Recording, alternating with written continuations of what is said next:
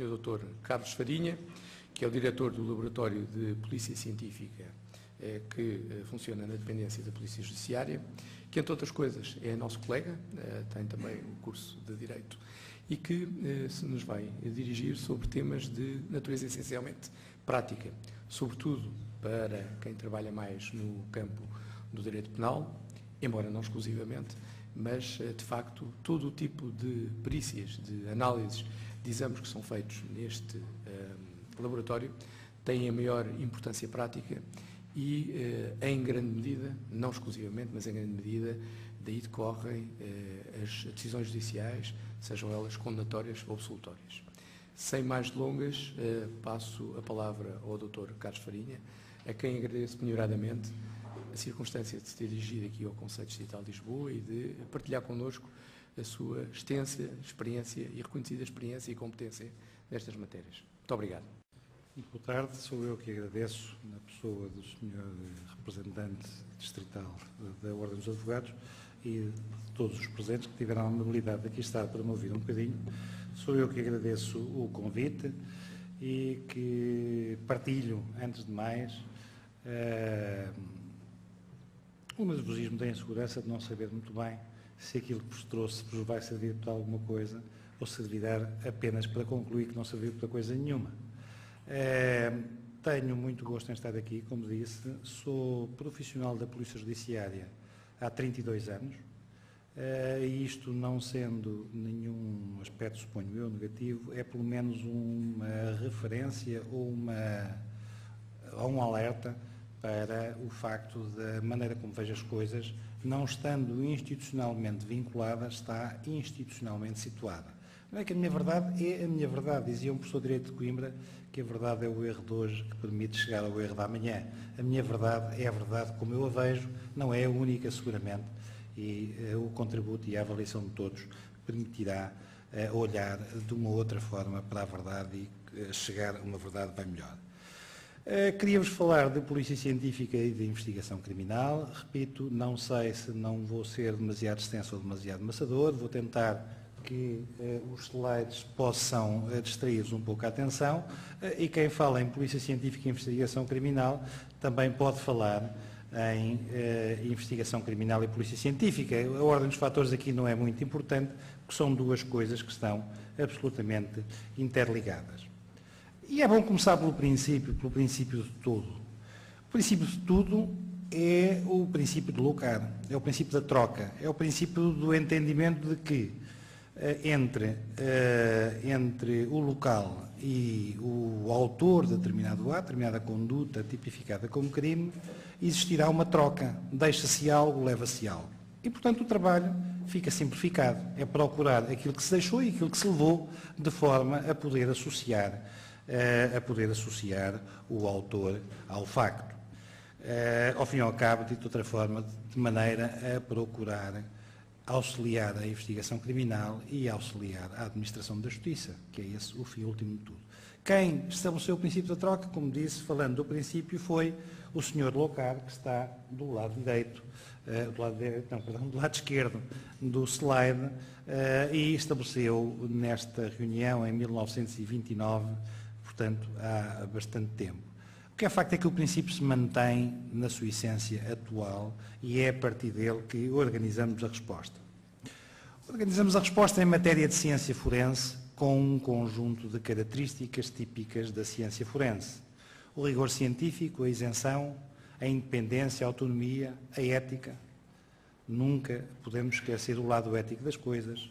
A integração do documento científico também, ou seja, a ciência forense é, ao fim e ao cabo, uma atividade dita de maneira muito sucinta que comporta este tipo de características. E a polícia científica é nem mais nem menos do que a ciência forense aplicada, ou seja, é uma atividade que se pauta pelas regras da ciência forense, mas que integra uma estrutura de polícia. E discute-se, é bom discuti-lo, se isto significa uma quebra, sob o ponto de vista da independência e da isenção das perícias, ou se, pelo contrário, há algum ganho nisto. O que é facto é que este é o modelo seguido na generalidade dos países.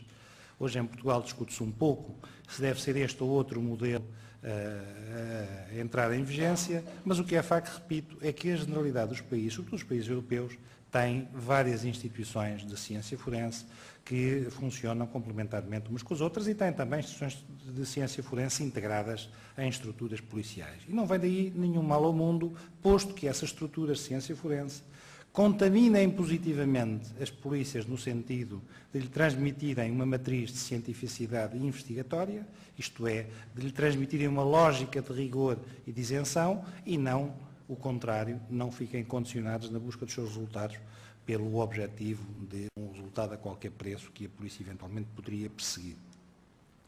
Uma imagem do que era o laboratório científico, já há muitos anos. O laboratório de polícia científica foi criado em 1957 e entrou em funcionamento no dia 2 de janeiro de 1960. Hoje tem uma estrutura que, além de estar sediada em Lisboa, tem delegações e representações em todos os departamentos da Polícia Judiciária a nível nacional. Tem uma organização que é esta, como poderia ser outra qualquer, já agrupa os diferentes domínios forenses em áreas, com chefias de áreas e, portanto, com uma área de biotoxicologia, de criminalística e de fisiologia. E, sobretudo, reconhece que o paradigma da Polícia Científica e da Ciência Forense é hoje diferente daquele que era há uns anos atrás. Diferente, essencialmente, em dois planos. Diferente porque ocorreu e tem vindo a aumentar uma massificação no recurso à Polícia Científica e à Ciência Forense. A Justiça procura mais respostas no âmbito da prova real. Por outro lado, porque a lógica da ciência forense e da polícia científica já não é uma lógica entre quatro paredes, mas é uma lógica que se estende ou que se inicia no local do crime. Os princípios metodológicos que são analisados ou que são usados numa análise laboratorial são os mesmos princípios metodológicos que devem ser colocados num cenário de crime. Em termos de respostas e de solicitações, o Laboratório de Polícia Científica, sendo embora uma unidade da Polícia Judiciária, recebe solicitações de várias entidades para além da Polícia Judiciária. Aliás, no ano 2012, tivemos apenas cerca de 49% da nossa atividade direcionada para a Polícia Judiciária, sendo, portanto, a restante 51%, à volta disso, para outras entidades que não a Polícia Judiciária. Em termos numéricos e apenas para uma imagem muito rápida de quantidade, verificamos o que dizia há bocadinho. Embora tenha havido um ligeiro abaixamento em 2011, há um grande recurso comparativamente a 2008 e se comparássemos com os anos anteriores, um recurso ainda mais evidente de pedidos. Sendo que estes pedidos não podem ser entendidos como apenas uma análise em cada pedido. Eu devo dizer que estes 32 mil pedidos que fizemos sair em 2012 correspondem a cerca de 260 mil itens analisados. O bom desta estatística é percebermos que finalmente conseguimos inverter a tendência de aumento da pendência e que, apesar de termos mais pedidos, conseguimos dar mais respostas e que terminamos o ano de 2012 com 3.911 exames pendentes para uma entrada mensal média que anda na ordem dos 2.400, 2.500. Bom, e voltemos agora a fixar-nos na atividade, nomeadamente no princípio das coisas, no local do crime. O local do crime poderia ser mostrado desta forma ou de uma forma menos agradável, é algo que concita cada vez mais as atenções de muita gente. Esta representação, esta representação provocatória, se quiserem, do local do crime, não é mais do que um alerta para as diferentes entidades com legitimidade para jogar neste tabuleiro. A comunicação social, as polícias, os peritos, enfim, há uma panóplia alargada de pessoas e de entidades que aqui intervêm. E por isso, um dos primeiros problemas a resolver é organizar a legitimidade destas intervenções, de forma que elas não se atropelem e que se complementem. No que tange à criminalidade da competência reservada da Polícia Judiciária nos termos da Lei da Organização de Investigação Criminal e que se dá em síntese os homicídios, os crimes cometidos com arma de fogo, os crimes em que o fogo é a arma do crime, os crimes de explosão, os crimes de funções ou documentais, os crimes de tráfico de droga, os crimes de falsificação de documentos, os crimes de tráfico de obras de arte, de criminalidade sexual contra crianças, de criminalidade sexual contra maiores, de tráfico de pessoas e informáticos, todos estes crimes são da competência reservada da Polícia Judiciária e, portanto, a intervenção do LPC e da Polícia Científica faz-se desde o princípio. Faz-se desde o princípio com um manual de procedimentos aprovado em 2009, com regras que são suscetíveis de serem auditáveis. Nós temos, por vezes, a síntese de afirmar que procuramos fazer o que dizemos e dizer o que fazemos. Ou, se quisermos, ao contrário, dizer o que fazemos e fazer o que dizemos. Ou seja, termos procedimentos definidos que sejam suscetíveis de serem auditados em manuais de boas práticas. No local do crime, sabe-se também cada vez mais a partir de cada vez menos. É uma frase que não é minha, repito-a, mas é uma frase perfeitamente atual. Hoje os pormenores contêm uma informação que há alguns anos atrás era absolutamente desprezível. Nos locais do crime procuravam-se apenas vestígios de impressões digitais, hoje procuram-se outro tipo de coisas pequenas que contêm informação. Mas procura-se tudo isso com um método que se pretende científico, procurando os vestígios que importem para o esclarecimento da situação e não todos os vestígios. Se fizéssemos uma inspeção judiciária a esta sala, encontraríamos milhares de vestígios biológicos, mas provavelmente nenhum deles nos interessaria para o esclarecimento do que quer que fosse. Portanto, não basta colher vestígios de arrastão, é preciso procurar colher aqueles vestígios que efetivamente contenham informação relevante. Depois, as impressões digitais, pelo seu valor identificativo intrínseco, pela possibilidade de comparação com bases de dados, constituem igualmente um aspecto extraordinariamente importante em termos de recolha de vestígios e em termos de informação para o apoio à investigação criminal e à administração da justiça. Os locais do crime de incêndios, com uma panóplia de respostas um pouco diferenciada, deixando depressa demais, as questões ligadas à imagem, seja sob o ponto de vista do retrato construído, vulgarmente designado por retrato robô, seja sob o ponto de vista da identificação facial a partir de pormenores e pontos característicos identificáveis, a reconstituição ou reconstrução facial forense, que permite, isto agora está um pouco em voga porque é uma atividade relativamente embrionária que tem dado alguns resultados e poderá vir a reconstruir crânios bastante degradados e encontrar imagens que levem à identificação de pessoas desaparecidas. Para além destas valências, a capacidade de demonstração gráfica dos espaços e dos locais, ao fim e ao cabo, para transferir, para transmitir a quem não pôde estar no local a representação daquilo que lá se passou e, dessa maneira, permitir um juízo mais adequado. Ao fim e ao cabo, repito, nunca substituímos conclusões, apenas auxiliamos a que se possam produzir conclusões.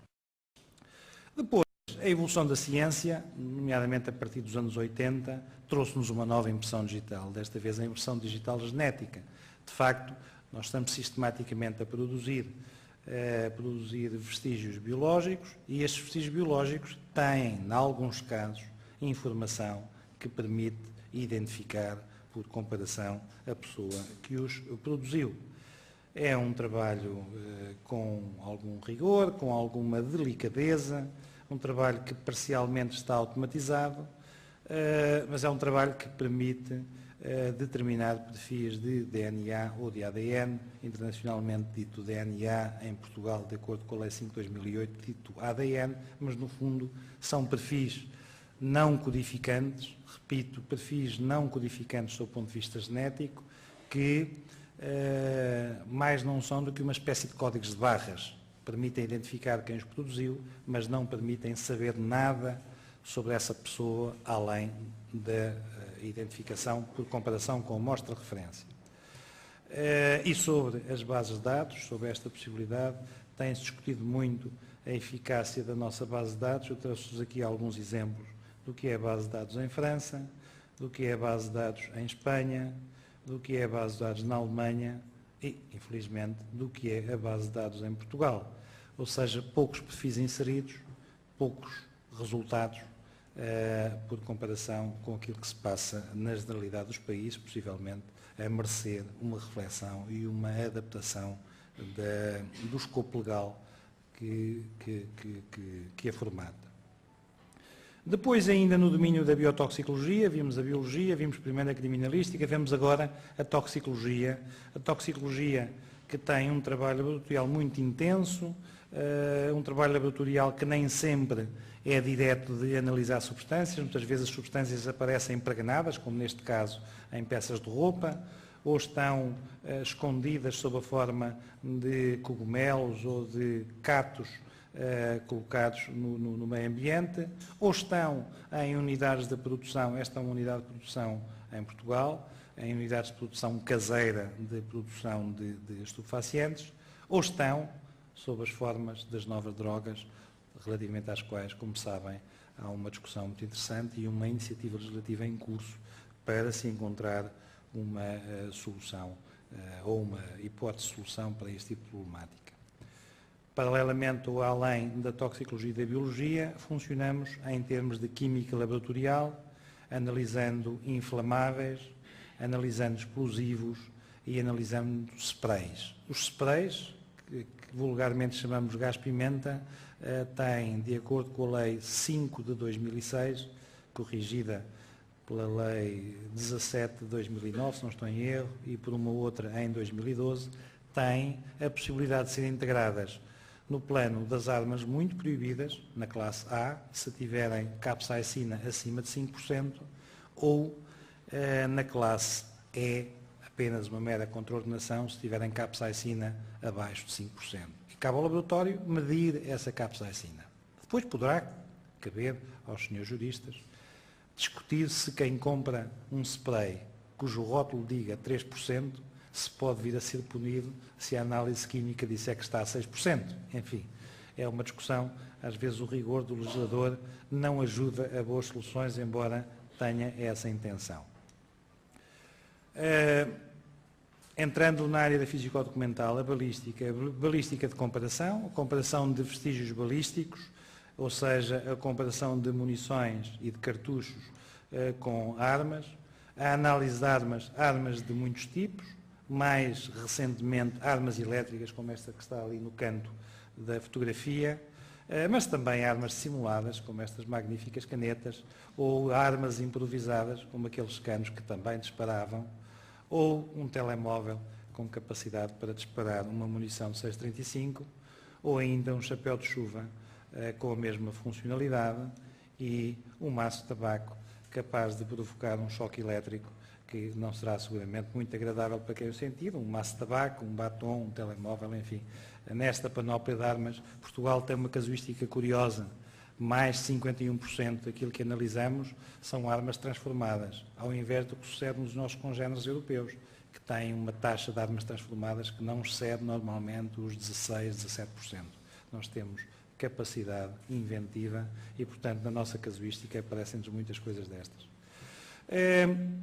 Os vestígios balísticos podem estabelecer uma comparação direta entre a arma e o vestígio produzido por essa arma, podem dar uma resposta direta ou podem ser inseridos numa base de dados, que é uma base de dados IBIS e que se integra num sistema internacional IBIN, podendo comparar-se vestígios balísticos de vários locais e de vários eventos. Nós fizemos a primeira identificação internacional, recebemos até um pequeno prémio que está aqui representado da Interpol em novembro de 2011. Neste momento já vamos com algumas dezenas, porque é cada vez mais transfronteiriço o crime que utiliza armas do lado de cá e do lado espanhol. Fazemos comparações também com outros países, mas naturalmente com muito menor probabilidade de êxito. Associada à balística, embora não sendo exatamente a mesma coisa, os vestígios de disparo, o GSR. Vestígios de disparo que acontecem porque quando se dá um disparo, o calor e o atrito provocam uma nuvem de partículas que resultam dessa mesma explosão. E essas partículas tendem a depositar-se por ação da gravidade, nas superfícies onde possam depositar-se, e tendem, de alguma forma, como vem com a uma temperatura elevada, tendem a colar-se a determinadas superfícies onde caem por ação da gravidade. E por isso, durante algumas horas, é possível recolher e analisar, identificar vestígios de disparo ou vestígios de que alguém esteve num local onde houve um disparo ou vestígios de que alguém contactou com coisas ou locais onde ocorreu um disparo.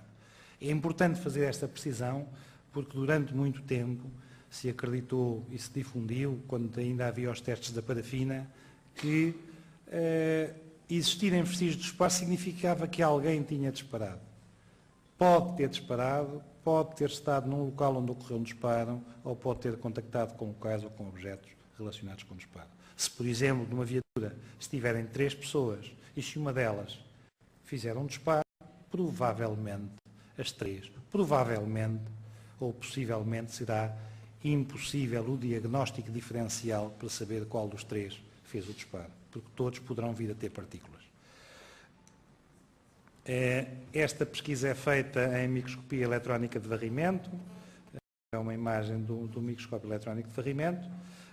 Numa outra disciplina forense da físico-documental, as marcas. A questão das marcas durante muito tempo foi uma questão de pouco impacto e pouca resposta, com uma base de dados que tem 35 mil rastros de calçado e que é anualmente atualizada, temos uma resposta bastante melhor neste domínio. Depois a análise documental, seja a análise documental nos documentos de identificação, seja a análise documental relacionada com as notas. A análise documental, que é fundamentalmente a utilização de um conjunto de comprimentos de luz para realçar os elementos de segurança que todos os documentos, sejam notas, sejam documentos de identificação, têm associado, ou que os tipos de papel têm associados. E a escrita manual que tem sido o nosso calcanhar daqueles em termos de resposta. Nós temos conseguido recuperar a pendência e entrar num patamar de resposta internacional que não deve exceder os 90 dias, como máximo.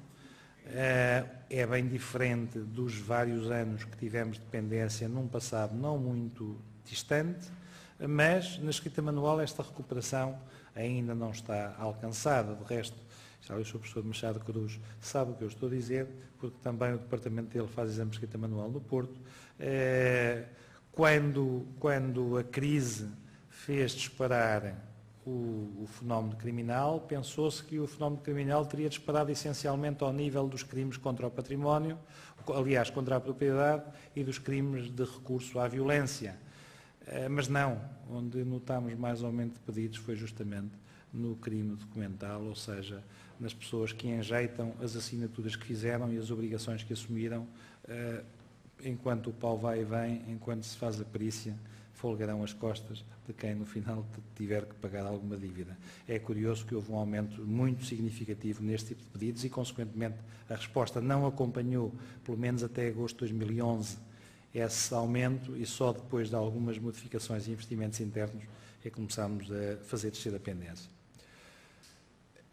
Entendemos que a resposta da ciência forense e da polícia científica não pode ser dissociada da implicação dos solicitantes.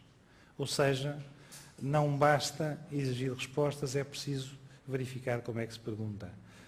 Implicação dos solicitantes, que elencamos desta forma sistematizada, ou seja, a precocidade do pedido é importante, a proporcionalidade e a necessidade do pedido também, a definição de quesitos, o diálogo interinstitucional para eventual adequação, a transmissão e a atualização da informação relevante e depois as boas práticas administrativas. Às vezes nós temos perícias que demoram bastante menos tempo no laboratório do que no circuito entre a entidade que a determinou e a chegada das coisas para periciar ao laboratório. Eu recebia ontem, uma indicação no Sr. Magistrado Judicial que me pedia uma perícia complementar a uma substância e ia dizendo, sendo do meu conhecimento funcional que o laboratório tem uma grande morosidade de resposta, determino que a resposta seja feita em 10 dias. O curioso é que o despacho era de 26/10/2012. E, portanto, demorou alguns meses a chegar até nós e eu estou convencido que no final desta semana a resposta será a caminho do destino. Por outro lado, há novos desafios a ciência forense não se esgotou naquilo que fazemos, a botânica, a informática, a telemática, o áudio e a imagem, a palinologia e muitas outras coisas que a integração do conhecimento científico nos vai permitindo fazer. Há novos desafios e esses novos desafios têm que ser disputados.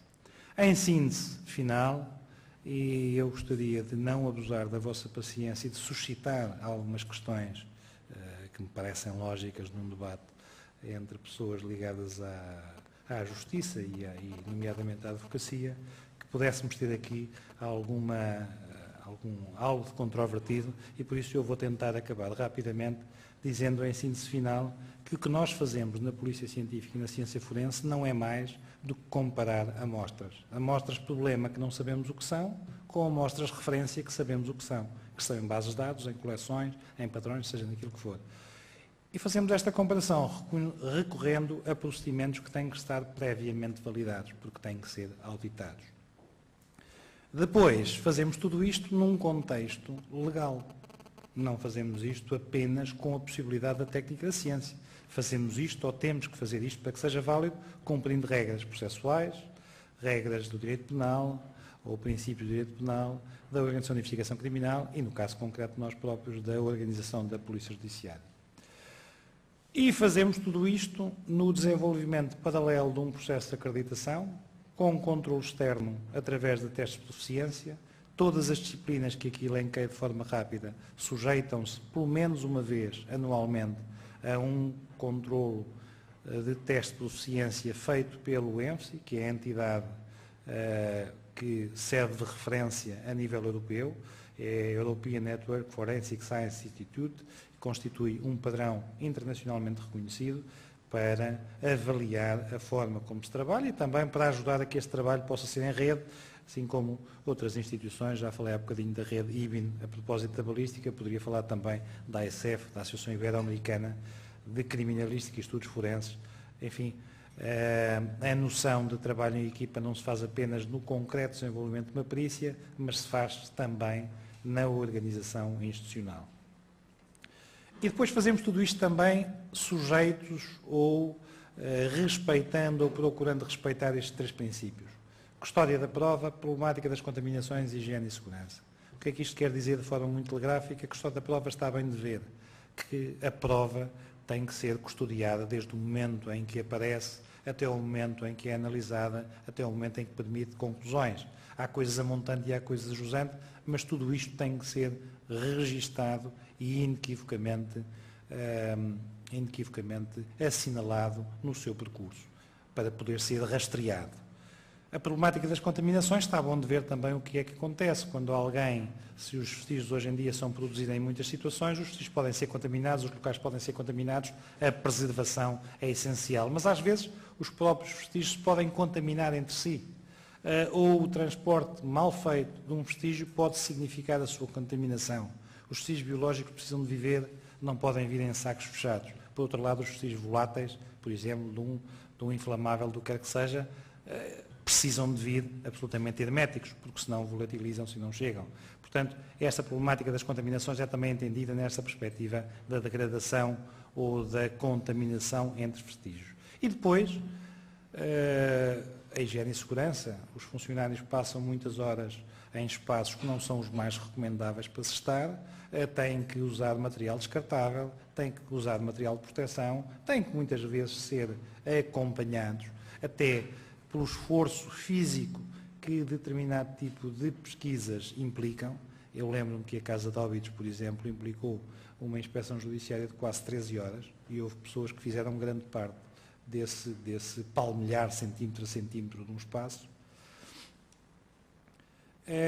Tudo isto, repito, num contexto de especialização e de complementaridade, reforçando a ideia de apoio à investigação criminal e ao sistema de justiça, reforçando a ideia de serviço público. Nós não estamos sós neste domínio, nem seremos os melhores nem os piores.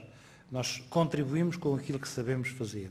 Há outras entidades, o Instituto Nacional de Medicina Legal, a PSP em alguns aspectos, a GNR noutros, o CEF noutros ainda, o Ricardo Jorge, o Instituto de Tecnologia Nuclear, o Instituto de Qualidade e Soldadura, enfim, há muita gente, as universidades, as academias, há muita gente que pode contribuir para uma boa resposta pericial. Assim se saiba saber o que é especializado por uma entidade e como é que se podem complementar os esforços com outras entidades. E depois, é preciso contrariar o efeito CSI. É preciso contrariar o efeito CSI porque o efeito CSI trouxe-nos esta coisa bonita de nos trazer gente muito bem apessoada, com resultados magníficos à distância de um botão, mas isto não é real, isto não é verdade. O efeito CSI que temos é um efeito que nos impede de coisas que me parecem importantes. Nos impede de prever ou de admitir que há limitações nas potencialidades da polícia científica e da ciência forense. Há possibilidades, mas também há limitações. Um cabelo pode nos dar um perfil de DNA, mas um cabelo pode não nos dar um perfil de DNA. Uma mancha de sangue pode nos dar um perfil de DNA, mas se por azar dos estáforas estiver caído numa superfície que tenha sido lavada com lexívia algumas horas antes, muitas vezes há manchas de sangue nas casas de banho, nas cozinhas, pode estar uma mistura que não permite a leitura do perfil de DNA. E, no entanto, é óbvio que está ali sangue, é óbvio que aquilo vai dar resultado. No filme, na realidade, pode dar ou pode não dar. Depois, a morosidade. As coisas querem sem tempo útil, mas há uma morosidade necessária, sob o ponto de vista da organização, sob o ponto de vista da própria corrida nos equipamentos. Eu tenho equipamentos ali, ou temos, por exemplo, a microscopia eletrónica de varrimento demora normalmente uma corrida, isto é, entre pôr-se à amostra e acabar a leitura da amostra demora 23 horas. E é o normal. E às vezes, quando chega ao final, constata-se que houve ali um problema a meio e que os resultados não foram claros e tem que se repetir. Portanto, há uma morosidade necessária, que não é só o tempo da corrida nos aparelhos, é também a necessidade de dar respostas ponderadas, é também a necessidade de fazer um double checking daquilo que se assina e daquilo que vai sair. Portanto, este efeito CSI tem que ser contrariado não só relativamente à questão das limitações e das potencialidades, mas também relativamente à questão da noção do tempo. E permitam-me, estando entre profissionais da liberdade, permitam-me dizer que uma das coisas que mais me apetece contrariar no efeito CSI é a falta de sentido crítico relativamente à dimensão das bases de dados que seriam necessárias para que aquilo funcionasse daquela maneira. Se eu souber, por um DNA feito num instante, que aquela pessoa mora no sítio tal e que tem uma viatura tal e que trabalha não sei onde, significa que todos esses passos dessa pessoa e de todas as outras pessoas, sempre que fossem dados, seriam tratados para estarem disponíveis em bases de dados. E isto é talvez a coisa que tenhamos mais que contrariar, porque não podemos perder o sentido crítico da equilateralidade entre liberdade, segurança e justiça. Os meios, os fins não justificam todos os meios, como é óbvio. Depois, esta é a parte que eu gosto de apresentar, o Laboratório de Polícia Científica vai instalar-se, vai ter a futura sede no novo edifício e vai ter um espaço muito razoável, vai também aumentar as responsabilidades, vamos passar de 1.400 metros quadrados para cerca de 8.600 e, portanto, vamos ter a obrigação de produzir mais e melhor e de contribuir, não vamos ter desculpa depois destes meios que estarão prontos no final deste ano, princípios do próximo. No fundo, aquilo que fazemos é procurar equilíbrios. Equilíbrios entre pessoas, entre procedimentos e entre tecnologia. Não existe só tecnologia como solução, não basta ter recursos humanos como solução, não basta ter os melhores procedimentos do mundo como solução. É o equilíbrio entre estas três coisas que, de alguma forma, nos permite chegar a boas conclusões e atingir os objetivos que nos norteiam. E pronto. Disponibilizando-me para as questões que me queiram colocar e que espero que sejam algumas, agradeço penhoradamente a vossa atenção e a oportunidade que me deram para estar aqui a comunicar algo daquilo que é a minha experiência.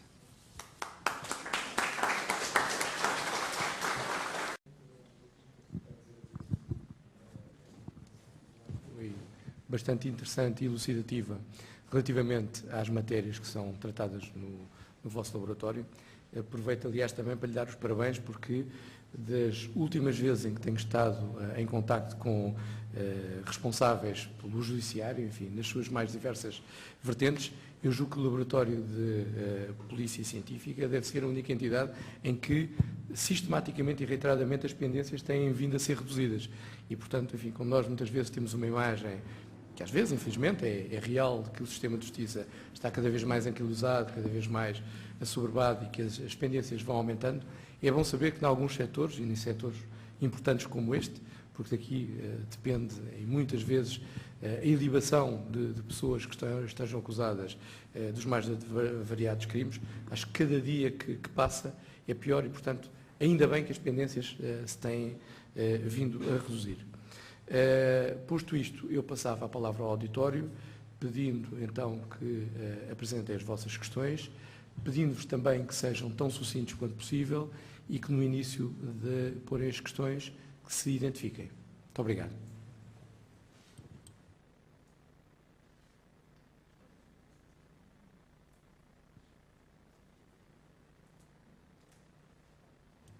Não há questões nenhumas? Então eu vou pôr uma que tem apenas a ver com uma expressão que ali foi referida, paniologia. Eu creio que nunca, pelo menos que me recordo, nunca vi essa expressão em parte nenhuma. Possivelmente deficiência minha, mas já agora, exatamente qual é o significado? Tem a ver com... Não? Sim. Tem a ver com o estudo dos pólenes.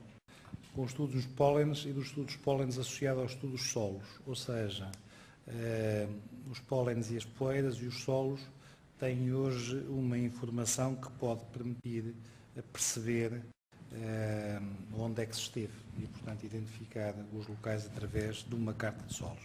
Devo dizer que no âmbito internacional esta temática é uma temática relativamente nova, é o 17º grupo de trabalho do ENFSI, tinha 16 até há muito pouco tempo, e teve 16 na maior parte da sua existência, e este grupo de trabalho, além de ter os pólenes e a polinologia e os solos, tem também uma expressão curiosa que nem tem uma tradução feliz em português, que é pelo cão pata, ou seja, são as marcas não apenas de calçado, mas as marcas das patas de animais, são os pelos entendidos numa perspectiva de DNA, mas também numa perspectiva de fibras, e são os animais entendidos também, ou suscetíveis de ser entendidos numa perspectiva de DNA. Portanto, é um novo caminho que se está a abrir no domínio da ciência forense.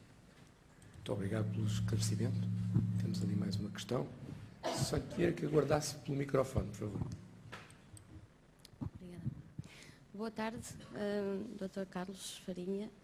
Quero dar-lhe os meus parabéns. O meu nome é Ana Cipriano. Realmente acho que foi relativamente sucinto, mas esclarecedor.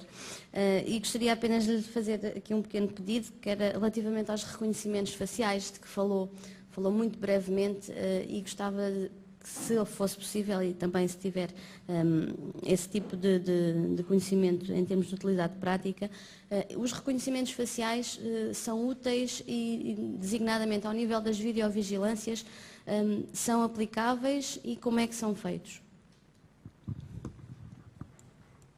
Bem, os reconhecimentos faciais têm muito a ver com a existência de padrões identificáveis, ou seja, se determinada imagem for obtida junto de um objeto ou for captada junto ao objeto que é suscetível de medida, a imagem vai poder ser analisada sob o ponto de vista das suas dimensões e da valorização dos seus aspectos, dos seus pontos característicos.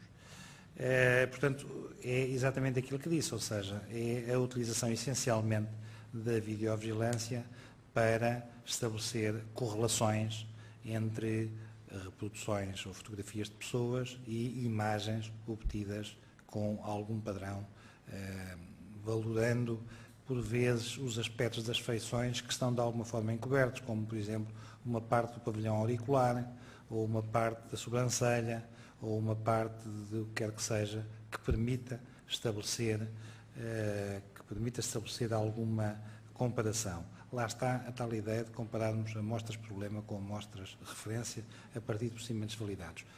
As respostas neste tipo de perícia são sempre com base nas probabilidades, não são respostas absolutas. Aliás, em termos de ciência forense, praticamente não há respostas absolutas.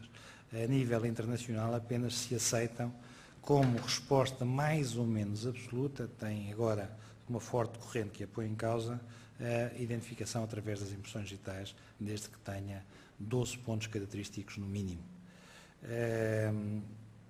Enfim, no resto, as respostas são em grau de probabilidades.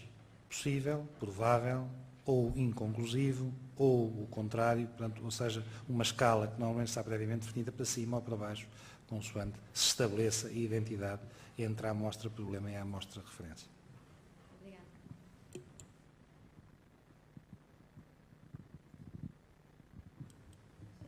Mais questões? Já agora, a propósito dos reconhecimentos faciais, enquanto se inspiram em novas perguntas, se as houver, evidentemente, aproveito para vos relatar um bocadinho a minha experiência pessoal, que aliás o Dr. Carlos Farinha também teve conhecimento dele a nível profissional, que foi uma tentativa de assalto que eu fui vítima. Fui vítima eu ou o assaltante, porque realmente aquilo correu-lhe particularmente mal, mas de facto eu fui imediatamente à Polícia Judiciária. Aquilo correu mal sob todos os aspectos, porque acabou comigo a correr atrás dele e, portanto, não levou coisa nenhuma, ainda levou uma corrida em pelo. Mas o curioso é isto. Eu fui ver a base de dados do tipo de pessoas que poderiam ter praticado aquela tentativa de assalto. Vi 1.800 fotografias. E apenas com alguns dos parâmetros que eu previamente selecionei.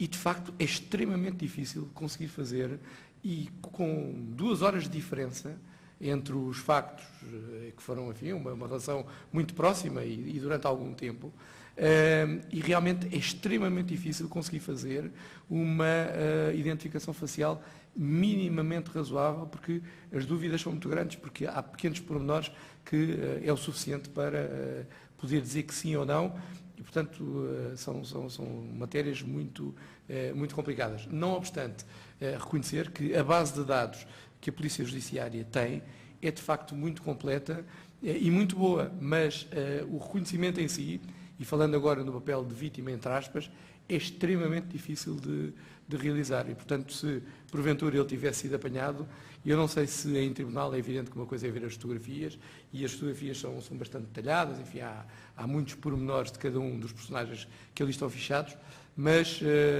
não sei se seria muito fácil fazer esse reconhecimento em sede da audiência de julgamento. Mais perguntas? Só um segundo para fazer chegar aí o microfone.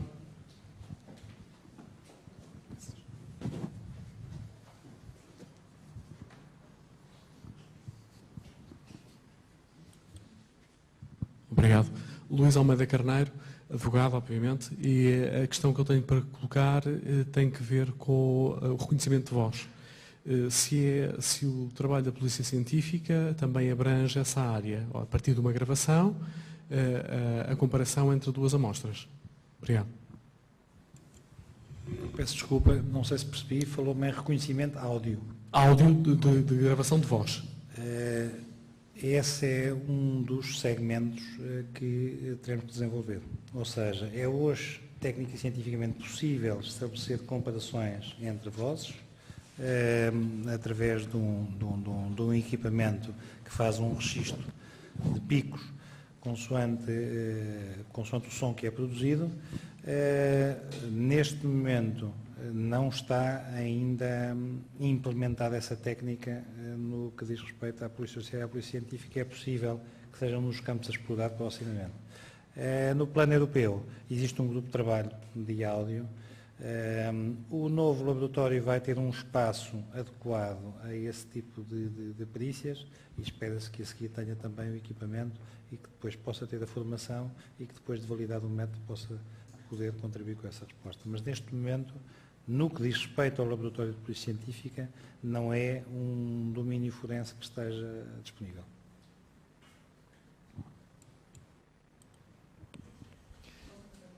Se faz favor. Só um bocadinho para... Obrigado. Como é que são recolhidos os elementos para a vossa base de dados? E se é possível, ou se assim deve ser, com os elementos do novo cartão do cidadão que todos nós fomos obrigados a fazer. E a minha questão prende-se com, quando se vai emitir o passaporte, há determinadas obrigatoriedades que temos de ter, nomeadamente tirar os óculos, tirar o cabelo junto das orelhas, e todas as impressões digitais ficam lá. Quando se tira o cartão do cidadão, isso não acontece. Esses elementos estão na vossa base de dados, podem ser utilizados. Como é que isso se processa? Muito obrigada. Ora bem, no que tange ao passaporte, nomeadamente os passaportes eletrónicos, a nova geração de passaportes, o que está em causa é combinar dados biométricos das impressões digitais com a leitura da íris. No momento em que se abrem os balcões automáticos, quando se utiliza o passaporte eletrónico, o passaporte eletrónico tem informação em suporte eletrónico, quer da nossa biometria de impressões digitais, quer da íris, e, portanto, há uma leitura naquele instante, e se corresponder ao que lá está no documento, a porta abre e a pessoa passa e fica controlado a sua passagem. No que diz respeito ao Instituto de Registro e Notariado, que armazena, ou pelo menos devia armazenar, depois já há aí umas discussões sobre quais são as empresas que fazem esse trabalho. Mas, enfim, o IRN armazena toda a informação biométrica e biográfica do cartão de cidadão. De todo modo, essa informação é apenas com finalidades de identificação civil e, portanto, não está disponível para uma pesquisa por parte dos objetivos de investigação criminal. A única coisa que fazemos com o IRN, e fazemos com alguma frequência, é nas situações de identificações ou tentativas de identificações de corpos não identificados, mas numa busca de 1 para 1 e não de 1 para N. Ou seja, se tivermos a probabilidade de ser a pessoa X, pedimos a impressão digital dessa pessoa de uma forma bastante agilizada nesta altura e estabelecemos ou não a identidade. Mas ir à base de dados das impressões digitais do IRN para efeitos de investigação criminal é completamente vedado. Tem uma finalidade que não é esta e, portanto, as pessoas não recolheram as suas impressões digitais com essa finalidade. E por isso é completamente vedado.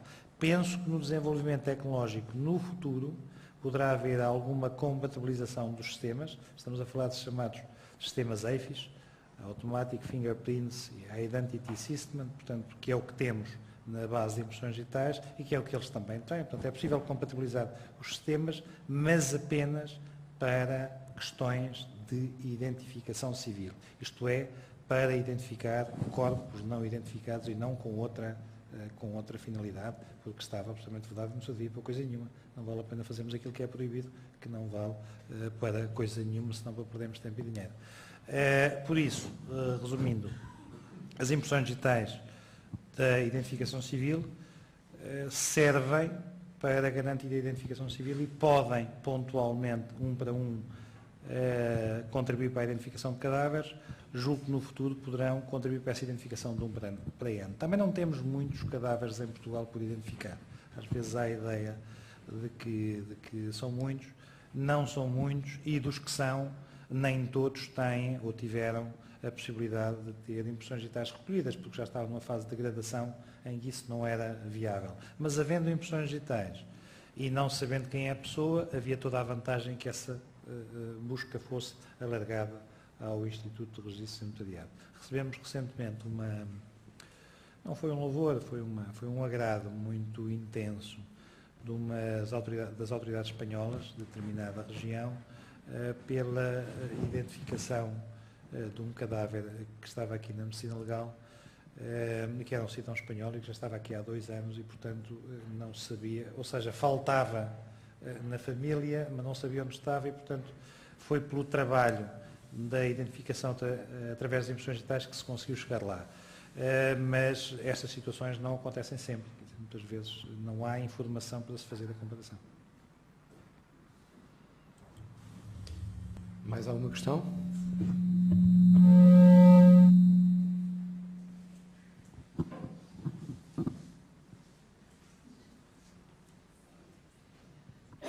Boa tarde, o meu nome é Sofia Léo. Antes de mais, muito obrigada pela conferência. É uma curiosidade que eu tenho. O Sr. falou na recolha de DNA e na possibilidade de identificação de um eventual suspeito da prática de um crime pelo DNA. A minha questão é, quando fazem essa possível identificação, fazem-no por comparação com recolha de DNA desse suspeito ou de uma eventual base de dados que a Polícia Judiciária tem ou vai tendo, vai construindo ao longo do tempo? Muito obrigada. Obrigado, eu.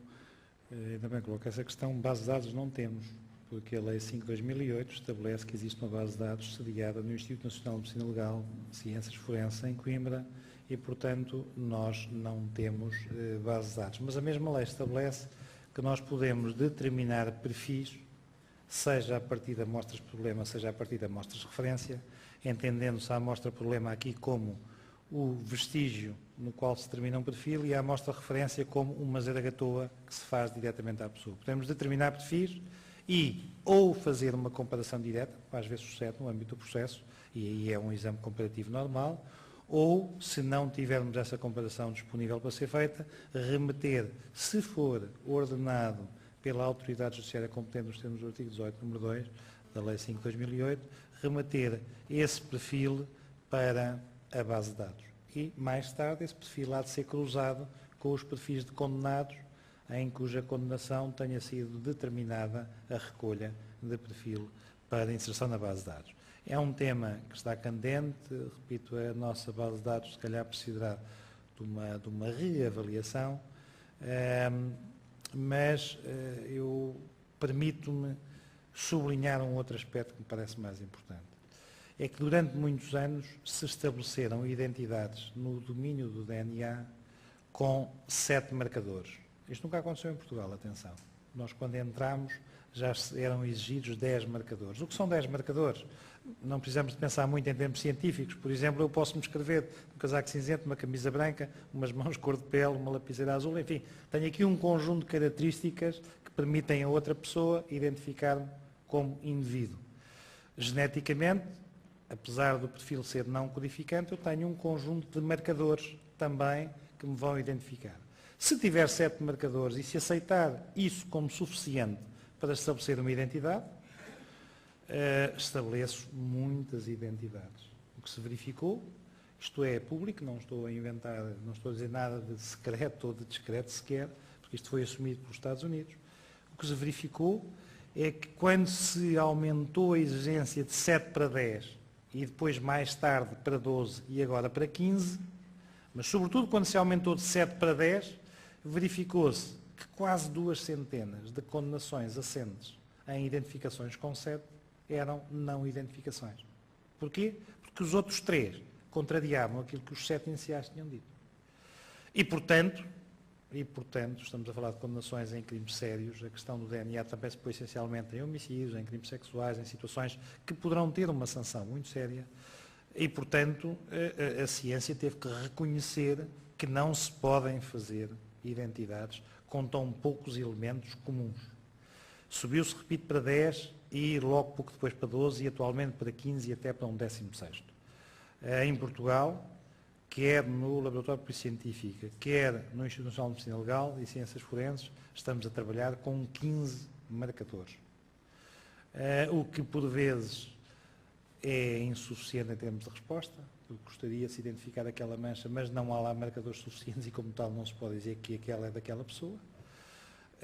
Poder-se-á dizer qualquer coisa intermédia, pode-se dizer que aquela é uma mancha biológica, que aquela é uma mancha biológica humana, eventualmente, mas não se dirá que é daquela pessoa em concreto. E, portanto, informa-se ou diz-se aquilo que é possível dizer.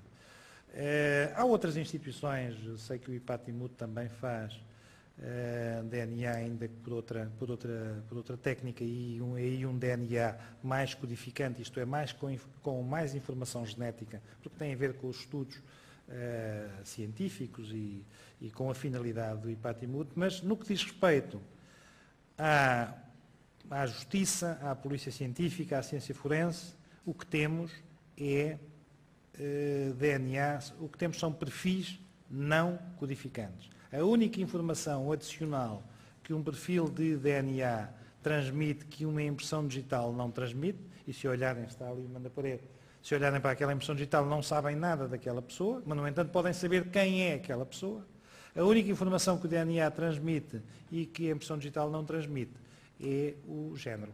Porquê? Porque um dos marcadores da melogenina, que é o 16º, dá um resultado se for género masculino e dá outro resultado se for género feminino. Mas não mais do que isso, nem raça, nem altura, nem idade, nem clube de futebol, nem profissão, nem morada, nem essas coisas.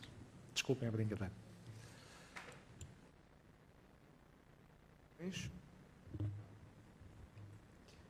Não havendo mais questões, eu reitero o agradecimento ao Dr. Carlos Farinha e a todos os vós que manifestaram interesse por esta ação de formação. Muito obrigado.